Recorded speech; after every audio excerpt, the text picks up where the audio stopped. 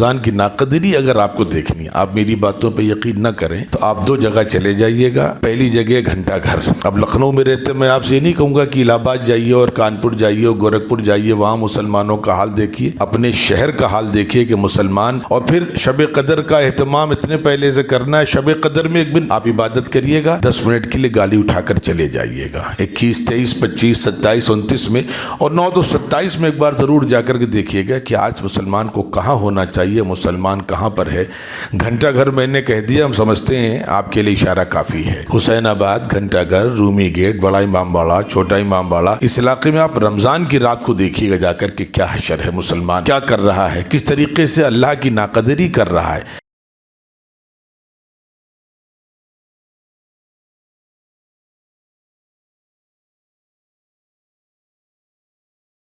الحمدللہ الحمدللہ رب العالمین، والصلاة والسلام علی سید المرسلین محمد وآلہ وصحبہ اجمعین ومن تبعہم بإحسان الی یوم الدین، اما بعد۔ اعوذ باللہ من الشیطان الرجیم، بسم اللہ الرحمن الرحیم۔ یا ایہا الذین آمنوا کتب علیکم الصیام کما کتب علی الذین من قبلکم لعلکم تتقون، صدق اللہ العظیم۔ رب اشرح لی صدری ویسر لی امری، سبحانک لا علم لنا الا ما علمتنا انک انت العلیم الحکیم۔ سبحان ربک رب العزة عما یصفون وسلام علی المرسلین والحمد للہ رب العالمین۔ قابل احترام بزرگوں، میرے عزیز دوستو، میں نے ابھی قرآن مجید کی ایک بہت مشہور اور بڑی مختصر آیت آپ کی خدمت میں تلاوت کی ہے۔ اس کا تعلق رمضان شریف کے روزوں سے ہے۔ آج میں نے ارادہ یہ کیا ہے کہ حضور پاک علیہ الصلاۃ والسلام کی ایک بڑی مشہور حدیث ہے، اور آپ صلی اللہ علیہ وسلم کی عادت شریفہ تھی کہ شعبان کے آخری مرحلے پر حضرات صحابہ کو جمع فرما کر رمضان شریف کی اہمیت اور افادیت پر آپ جو ارشادات فرماتے تھے، محدثین نے اس کو جمع فرما دیا ہے۔ تقریریں ہم لوگ کرتے رہتے ہیں، لیکن اگر حضور کے الفاظ پڑھے جائیں اور حضور کے الفاظ سنے جائیں تو میں سمجھتا ہوں اس میں زیادہ برکتیں حاصل ہوتی ہیں۔ اللہ کے کلام کے بعد جس کلام کی سب سے زیادہ عظمت ہے وہ حضور پاک علیہ الصلاۃ والسلام کا کلام ہے۔ اس لیے میں آج کوشش کروں گا وہ پوری حدیث لفظ بلفظ آپ کی خدمت میں پڑھوں، جو یہ حضور پاک علیہ الصلاۃ والسلام کے الفاظ ہیں۔ ہمارے لیے بے انتہا سعادت کی بات ہے کہ ان الفاظ کو ہم اپنی زبان سے پڑھ سکتے ہیں، دہرا سکتے ہیں، اپنے کانوں سے سن سکتے ہیں، اور سننے اور سنانے پر بھی اللہ تعالیٰ بے پناہ اجر عطا فرماتے ہیں۔ پہلے میں قرآن مجید کی جو آیت میں نے پڑھی تھی اس کا مختصر خلاصہ عرض کر دوں۔ اس میں اللہ رب العزت نے ارشاد فرمایا کہ رمضان شریف کے روزے تم پر اللہ نے فرض کیے ہیں۔ رمضان کے روزے ویسے ہی فرض ہیں جیسے نماز فرض ہے۔ جو لوگ رمضان شریف کے روزوں کو چھوڑتے ہیں بغیر کسی عذر شرعی کے، ان کا گناہ ویسے ہی ہے جیسے ایک شخص جان بوجھ کر کے کسی دوسرے فرض کو ترک کر دے، جیسے کوئی نماز۔ آگے اللہ رب العزت نے وہاں تسلی دی کہ یہ تم مت سمجھنا کہ بظاہر تمہارے اوپر ہم نے کوئی سخت حکم دیا ہے، یہ ایسا حکم ہے جو پچھلی تمام شریعتوں پر، تمام امتوں پر اللہ نے فرض فرمایا تھا۔ تم پر الگ سے حکم نہیں ہے۔ آدم علیہ الصلاۃ والسلام سے لے کر حضور پاک علیہ الصلاۃ والسلام تک جتنی بھی امتیں آئی ہیں سب پر اللہ نے روزے فرض کیے تھے۔ روزے کی تفصیلات الگ الگ ہو سکتی ہیں، کسی کے یہاں 40 دن کا روزہ رہا، کسی کے یہاں اور روزے کی شکلیں رہیں، لیکن روزہ تمام امتوں پر فرض رہا۔ البتہ اگر پچھلی امتوں کے روزوں کی تفصیلات ہمارے سامنے ہوں تو ہم کو تو ایسا لگتا ہے کہ سب سے آسان روزے اللہ نے امت محمدیہ کو عطا فرمائے ہیں۔ مزید اللہ تعالیٰ نے آگے رمضان کے روزوں کا ایک مقصد بتلایا کہ تم رمضان شریف کے روزے رکھو گے تو انشاءاللہ تم متقی بن جاؤ گے۔ متقی بننے کا مطلب کیا ہے؟ بس مختصر اتنا سمجھ لیجئے کہ اللہ کا فضل ہے کہ رمضان کی برکتیں ہیں۔ ہم میں سے جو شخص بھی رمضان شریف کا روزہ رکھتا ہے اور رمضان میں تھوڑا سا رمضان کا اہتمام کرتا ہے، اس کی زندگی میں کسی نہ کسی درجے میں تبدیلی آ جاتی ہے۔ اس کو بار بار یہ احساس ہوتا ہے رمضان ہے، ہم روزے سے ہیں۔ کسی غلط کام کے لیے اس سے کہا جائے تو آمادہ نہیں ہوتا، کسی سے جھگڑا کرنا ہے، کوئی اور مسئلہ ہے تو کہتا ہے رمضان بعد، ابھی رمضان شریف چل رہے ہیں۔ رمضان میں وہ نمازوں کی پابندی ہو جاتی ہے، یہاں تک کہ تسبیحات کی پابندی کرنے لگتے ہیں لوگ، مسواک کی پابندی کرنے لگتے ہیں۔ تو یہاں خلاصہ صرف یہ بتلایا جا رہا ہے کہ جس طرح تم رمضان شریف میں اپنے آپ کو تبدیل کر لیتے ہو، کوشش کرو کہ رمضان شریف کے بعد بھی تمہاری زندگی ویسی ہی رہے۔ یہ مطلب متقی بننے کا ہے۔ کچھ نہ کچھ تقوی کا درجہ ہر انسان کو اللہ عطا فرماتے ہیں۔ باقی جو اللہ کے مخصوص بندے ہیں ان کو اللہ تعالیٰ تقوی کا بلند درجہ عطا فرماتے ہیں۔ تقوی کیا ہے میں انشاءاللہ اس کو اگلے درس میں کروں گا۔ اب میں کوشش کر رہا ہوں قرآن مجید کی آیت کے بعد وہ حدیث پڑھوں، آپ حضرات بغور سنیں، ادب احترام کے ساتھ سنیں، پوری توجہ کے ساتھ سنیں۔ اس کی وجہ یہ ہے کہ یہ ایک اللہ کے رسول کا کلام ہے، وہ پڑھا جا رہا ہے۔ قرآن مجید میں حضور پاک علیہ الصلوۃ والسلام کے حوالے سے ایک ارشاد ہے، لا ترفعوا اصواتکم فوق صوت النبی جی۔ جب نبی کی بات پڑھی جائے، نبی کا کلام پڑھا جائے، حدیث پڑھی جائے، تو اس موقع پر تمہارے لیے ضروری ہے کہ تمہاری آواز زیادہ بلند نہ ہو۔ اور بھی ادب ہیں۔ امام مالک علیہ رحمہ سے کسی نے پوچھا کہ حضور کی زندگی میں اس حدیث پر تو عمل سمجھ میں آتا ہے، لیکن حضور پاک علیہ الصلوۃ والسلام کے بعد اس حدیث پر یا قرآن کے اس حکم پر کیسے عمل کیا جائے؟ تو آپ نے فرمایا کہ جہاں بھی حضور کا نام لے کر کوئی بات کہی جائے وہاں اسی ادب و احترام کے ساتھ آپ اس کو سنیں۔ میں آج سے کافی پرانی بات ہے، لڑکپن میں انسان سیکھتا ہی رہتا ہے۔ ہمارے یہاں مساجد میں تو اللہ کا کرم ہے کہ بیرکیف ایک معمول ہے کہ فجر اور عصر میں حدیث پڑھی جاتی ہے۔ البتہ کبھی کبھی ایسا ہوتا ہے اگر علماء پڑھتے ہیں تو وہ عربی کے الفاظ بھی پڑھتے ہیں، اور جو بیچارے غیر عالم ہیں اس کا ترجمہ پڑھ دیتے ہیں۔ یہ بھی کسی درجے میں بیرکیف ایک عبادت ہے اور ثواب ہے۔ ہماری مسجد میں بھی یہ معمول ہے، والد محترم ایک گوشے میں بیٹھے، میں بھی حدیث شروع ہوئی اور اس کے بعد ایک فون آ گیا اور میں اٹھ کر کے چلا گیا۔ ایک باپ ہمیشہ اپنے بچے کی تربیت کرتا ہے، باپ ہی ہوتا ہے، بچہ بچہ ہی ہوتا ہے۔ میں گھر پہنچا تو والد صاحب ذرا سا ناراض تھے، مجھ سے پوچھا کہ کہاں چلے گئے تھے؟ تو میں نے کہا فلاں صاحب کا فون آ گیا تھا۔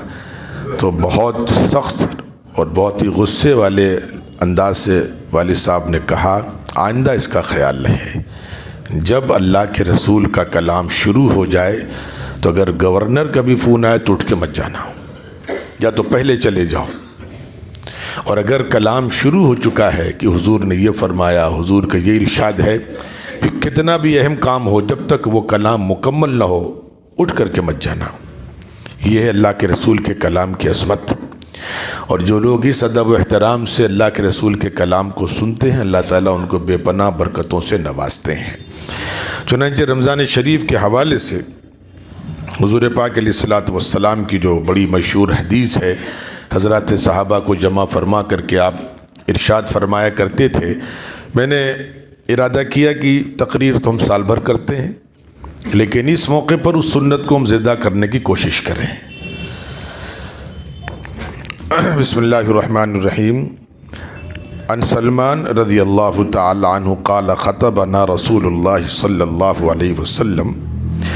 حضرت سلمان رضی اللہ تعالیٰ عنہ کہتے ہیں کہ نبی کریم صلی اللہ علیہ وسلم نے شعبان کی آخری تاریخ میں ہم لوگوں کو وعظ فرمایا۔ خطبنا رسول اللہ صلی اللہ علیہ وسلم فی آخری یوم من شعبان فقال یا ایھا الناس قد اضلکم شہر عظیم مبارک شہر فیہ لیلۃ خیر من الف الشہر۔ اے لوگو، میں ترجمہ بھی ساتھ میں کروں، تمہارے اوپر ایک مہینہ آ رہا ہے جو بہت بڑا مہینہ ہے، بہت مبارک مہینہ ہے۔ اس میں ایک رات ہے جسے شب قدر کہتے ہیں، جو 1000 مہینوں سے بڑھ کر ہے۔ رمضان شریف کی جو عظمت ہے، ابھی آگے چیزیں آئیں گی۔ دیکھیے، اصل میں ہوتا یہ ہے کہ یہ تربیتی انداز ہوتا ہے کہ جو چیز جتنی اہم ہو اس کا بہت پہلے سے اہتمام کرنا چاہیے۔ ابھی رمضان شریف شروع ہونے والے ہیں، ابھی آگے حضور پاک علیہ الصلوۃ والسلام بہت ساری باتیں کہیں گے، لیکن سب سے پہلے شب قدر کا تذکرہ فرما دیا کہ رمضان شریف کا تمہیں اہتمام تو کرنا ہی ہے، لیکن کوشش کرنا کہ بیر کے شب قدر کی نعمتوں سے تم کہیں چوک نہ جاؤ، محروم نہ ہو جاؤ۔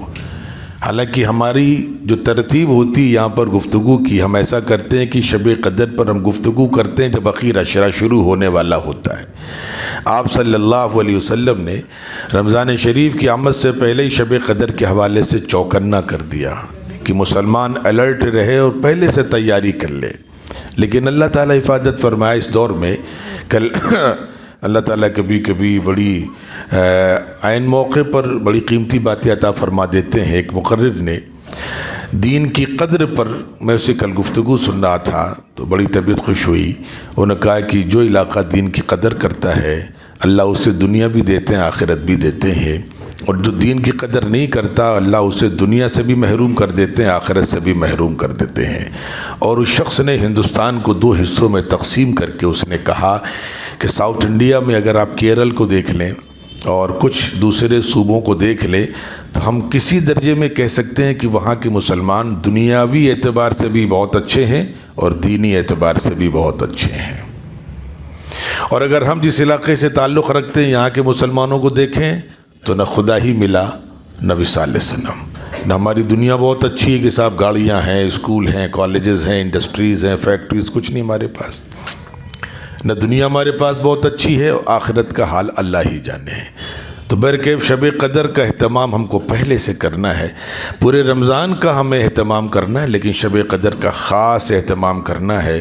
اور میں ہر سال کہتا ہوں، پھر عرض کر دے رہا ہوں آپ کو کہ ہم نے کیا مذاق کیا ہے رمضان کے ساتھ، اور بالخصوص شب قدر کے ساتھ کیا مذاق کیا ہے کہ آپ کو اگر اس کا ذرہ برابر بھی، میں آپ سے اس سال گزارش کر رہا ہوں، آپ ضرور ایک دن جائیے ذرا سا، تاکہ ہم جب کبھی کبھی اللہ سے شکوہ کرنے لگتے ہیں نا کہ یا اللہ ہمارے ساتھ ایسا کیوں ہو رہا ہے، اتنا ظلم ہو رہا ہے، اتنی دعائیں مانگی جا رہی ہیں، کیوں نہیں قبول ہو رہی ہیں، تو ہو سکتا ہو ہمارا شکوہ ختم ہو جائے۔ پہلی، دوسری، تیسری رمضان میں تو نہ جائیے، میں آپ کو کہہ رہا ہوں کہ 15 رمضان کے بعد کسی دن بھی آپ 2 جگہ چلے جائیے گا، آپ کو اندازہ ہو جائے گا کہ مسلمان رمضان کہاں گزار رہا ہے۔ جیسے کسی نے کہا تھا کہ مسلمانوں کو سرکاری آفیسز میں ہونا چاہیے، سروسز میں ہونا چاہیے، تو مسلمان 2 جگہ ملتا ہے، اسپتال میں یا جیل خانوں میں، 2 جگہ مسلمان ملتا ہے، اسپتال میں یا جیل خانوں میں، جہاں ہونا چاہیے وہاں نہیں ملتا، اور جہاں نہیں ہونا چاہیے وہاں ملتا ہے۔ تو رمضان کی ناقدری اگر آپ کو دیکھنی ہے، آپ میری باتوں پہ یقین نہ کریں تو آپ 2 جگہ چلے جائیے گا۔ پہلی جگہ گھنٹہ گھر، اب لکھنؤ میں رہتے میں آپ سے یہ نہیں کہوں گا کہ الہ آباد جائیے اور کانپور جائیے اور گورکھپور جائیے، وہاں مسلمانوں کا حال دیکھیے، اپنے شہر کا حال دیکھیے کہ مسلمان، اور پھر شب قدر کا اہتمام اتنے پہلے سے کرنا ہے۔ شب قدر میں ایک دن آپ عبادت کریے گا، 10 منٹ کے لیے گاڑی اٹھا کر چلے جائیے گا، 21، 23، 25، 27، 29 میں، اور 9 تو 27 میں ایک بار ضرور جا کر کے دیکھیے گا کہ آج مسلمان کو کہاں ہونا چاہیے، مسلمان کہاں پر ہے۔ گھنٹہ گھر میں نے کہہ دیا، ہم سمجھتے ہیں آپ کے لیے اشارہ کافی ہے۔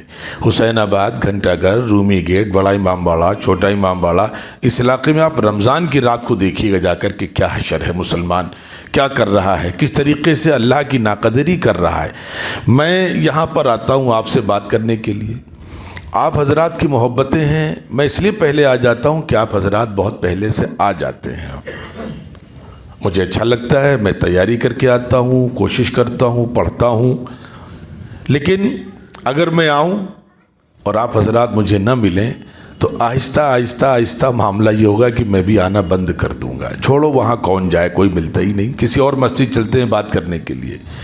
ہم 2 ٹکے کے لوگ گناہوں کی دلدل میں ڈوبے ہوئے, صبحیں شامیں سب گناہ میں پھنسی ہوئی, اپنی اتنی حیثیت سمجھتے ہیں, اور اللہ تعالیٰ رمضان شریف میں اپنے عرش سے اتر کر آسمانوں میں آ جاتا ہے کہ چلو بھائی بندوں میں اعلان کرو, میں تقسیم کرنے آیا ہوں, دنیا اور آخرت کے خزانے لٹانے آیا ہوں, کیا چاہیے؟ تو ہمیں اس وقت کہتے ہیں کچھ نہیں چاہیے. پھر سال بھر ذلیل ہوتے ہیں اور پھر اللہ سے شکوہ کرتے ہیں. تو ایک تو گزارش ہے کہ آپ گھنٹے گھر کی ایک بار زیارت کر لیجئے گا. میں نے آپ کو جتنا بتایا ہے آپ اس سے 20 گنا زیادہ وہاں جا کر دیکھیں گے. میں شاید وہاں کا جو ہنگامہ ہے اور وہاں کا جو معاملہ ہے, لڑکیوں کا, عورتوں کا, بچوں کا, مردوں کا جو اختلاط ہے, جو بےہودگی ہے رمضان شریف میں, آپ اپنی آنکھوں سے دیکھیں گے تو آپ کو یقین نہیں آئے گا کہ یہ مسلمانوں کا مجمع ہے, رمضان میں گھوم رہا ہے. اللہ تعالیٰ برکت ہمیں رمضان کی پوری قدر کرنے کی توفیق عطا فرمائے. خیر من الف شہر شہر جعل اللہ صیامہ فریضۃ وقیام لیلہ تطوعا. اللہ تعالیٰ نے اس رمضان کے روزوں کو فرض کیا ہے اور رات کی عبادتوں کو اللہ تعالیٰ نے ثواب کی چیز بنایا ہے. یاد رکھیے گا ایک چیز کہ آگے آ رہی ہے, لیکن میں جلدی حدیث مجھے پوری پڑھنی انشاءاللہ آج آپ کو سنانی ہے لفظ بلفظ. رمضان کی جو بھی قدر ہے اس کا تعلق روزوں سے نہیں ہے. روزے سے رمضان کی کوئی قدر نہیں. روزہ ایک عظیم عبادت ہے, لیکن شہر یعنی رمضان کے مہینے کو جو فضیلت حاصل ہوئی ہے اس کی علماء نے وجوہات لکھی ہیں, اور ایک دلیل تو قرآن مجید میں اس کی وجہ ہے اللہ کا کلام. جتنی آسمانی کتابیں نازل ہوئیں, قرآن مجید بطور خاص صحف ابراہیم و موسیٰ, ابراہیم علیہ السلام کے صحیفے ہوں, موسیٰ علیہ السلام کے صحیفے ہوں, تورات ہو, زبور ہو, انجیل ہو, جتنی بھی آسمانی کتابیں اللہ نے نازل فرمائی ہیں وہ رمضان میں نازل فرمائی ہیں. قرآن تو بطور خاص شب قدر میں نازل فرمایا ہے, اسی لیے شب قدر کا ذکر حضور نے پہلے فرما دیا کہ دیکھو شب قدر کی جو عظمت ہے وہ قرآن کی وجہ سے, اور رمضان کی بھی عظمت قرآن کی وجہ سے. اس لیے رمضان شریف میں قرآن سے خاص تعلق ہونا چاہیے. من تقرب فیہ بخصلۃ کان کمن ادی فریضۃ فیما سواہ. جس نے اس میں کوئی نفل کام کیا اس کو ثواب ایسے ملے گا جیسے اس نے رمضان کے علاوہ کوئی فرض کام کیا. نفل کا ثواب فرض کے برابر, اور ایک فرض کا ثواب 70 گنا بڑھا دیتے ہیں. میں آپ کو کیسے سمجھاؤں کہ یہ فرض کا ثواب ہوتا کیا ہے, ایک مثال سے سمجھانے کی کوشش کرتا ہوں. اللہ نہ کرے اگر کسی کی فجر کی نماز باجماعت فوت ہو گئی, بعد میں اس کی نیند کھلی, اسے نماز قضا کر لی. ایک جو نماز فجر کی فوت ہو گئی, اب اگر وہ اس کا ثواب حاصل کرنے کے لیے ساری زندگی روزانہ 2 رکعت فجر کی قرض پڑھتا رہے قضا, تو کبھی اس کو وہ ثواب نہیں ملے گا جو ثواب ایک فرض کا تھا. اس کو ایسے سمجھنا ہو تو دوسرے انداز سے سمجھیے. ایک شخص نے رمضان شریف کا روزہ جان بوجھ کر چھوڑ دیا, اب اس کا جو ثواب ہے اس کو حاصل کرنے کے لیے ساری زندگی روزہ رکھے تو ثواب نہیں ملے گا. یہ فرض کا ثواب ہے, یہ اللہ تعالیٰ نوافل کو دے دیتے ہیں. اس لیے نوافل کا خاص اہتمام کریں, تہجد کا, اوابین کا, اشراق کا. ومن ادى فریضۃ فی کمن ادى 70 فریضۃ فیما سوا, اور جس میں ایک فرض ادا کرے اس کو اللہ تعالیٰ 70 فرائض کا ثواب عطا فرماتے ہیں. هو شہر الصبر والصبر ثوابہ الجنہ. اور دیکھو یہ مہینہ صبر کا ہے اور صبر کا بدلہ اللہ تعالیٰ جنت عطا فرماتے ہیں. صبر کا مہینہ اس وجہ سے فرما دیا کہ برکیف انسان کو غصہ یوں آ جاتا ہے, اور رمضان شریف میں آدمی صبح سے بھوکا بھی رہتا ہے, پیاسا بھی رہتا ہے, تو بھوک پیاس میں ذرا سا کبھی کبھی جلدی آدمی کو غصہ آ جاتا ہے. اس وجہ سے کوشش کی جائے کہ گھر میں, کاروبار میں یا کسی اور معاملے میں, پڑوس میں غصے کو اوائڈ کیا جائے. اور یاد رکھیے گا یہاں پر صبر کی جو تلقین کی گئی وہ یہ تلقین اس وجہ سے کی گئی کہ غصے کا علاج بتایا گیا ہے کہ جب آپ غصہ ہے تو پانی پی لیجئے, لیکن رمضان میں روزوں میں پانی بھی نہیں پی سکتے, اس لیے اس کا خاص خیال رہے. اور شیطان غصہ بہت دلاتا ہے, اسی لیے جب آپ حج پہ جاتے ہیں تو وہاں آپ کو تلقین کی جاتی فلا رفث ولا فسوق ولا جدال فی الحج، خبردار جھگڑا، فساد، کینہ، گالی یہ سب نہ کرنا۔ لیکن وہاں اکثر و بیشتر دیکھا کہ شیطان چونکہ آزاد رہتا ہے تو شیطان غصہ دلائی دیتا ہے، اخیر میں کہیں نہ کہیں غصہ انسان کو آ ہی جاتا ہے، اور اس وجہ سے بھی آ جاتا ہے کہ وہاں اتنا ہجوم کہ بہر کے ہر جگہ پریشانی ہوتی ہے۔ ذرا سا کام میں تو 4 گھنٹے کی لائن لگی پڑی ہے، کھانا کھانے جائیے وہاں لائن لگی، وضو کرنے جائیے، اتنے انتظام کے بعد بھی۔ تو بہر کے رمضان میں اس کا خاص خیال رکھنا ہے، جو لوگ غصے والے ہیں وہ دعا کریں کہ غصہ اللہ کرے زیادہ نہ آئے، اور غصہ آ جائے تو صبر کریں، بدلے میں کیا ملے گا؟ جنت ملے گی۔ وشہر المواسات وشہر یزاد فیہ رزق المؤمن، اور یہ بھائی چارے کا، ہمدردی کا مہینہ ہے، اور اس مہینے میں اللہ تعالیٰ مومن کے رزق کو مزید اضافہ فرما دیتے ہیں۔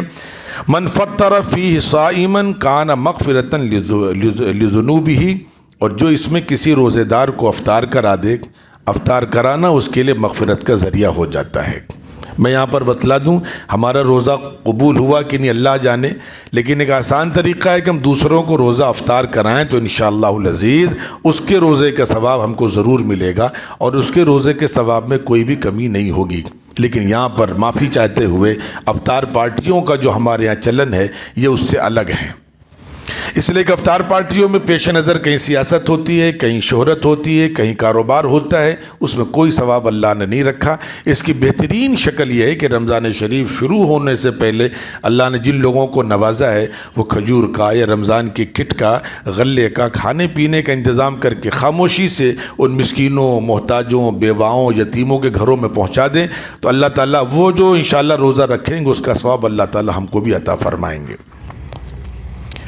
وَكَانَ لَهُ مِثْلُ أَجْرِهِ وَعِتْقُ رَقَبَتِهِ مِنَ النَّارِ، اور وہ انشاءاللہ جہنم سے اس کو نجات بھی حاصل ہو جائے گی، اور اس کو اتنا ہی اجر ملے گا جتنا اجر اس روزے دار کو ملے گا، اور اس روزے دار کے ثواب میں اللہ تعالیٰ کوئی کمی بھی نہیں فرمائیں گے۔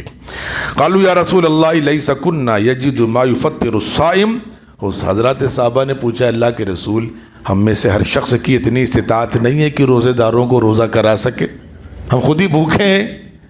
تو حضور نے اس کا جواب دیا، فقال رسول اللہ صلی اللہ علیہ وسلم یعطی اللہ هذا الثواب من فطر صائما على تمرة او شربت ماء او مزغۃ لبن، اللہ تعالیٰ یہ ثواب اسے بھی عطا فرمائیں گے جو ایک کھجور کسی کو کھلا دے، ہلکا سا دودھ پلا دے، وہ بھی نہیں کر سکتا، پانی پلا دے۔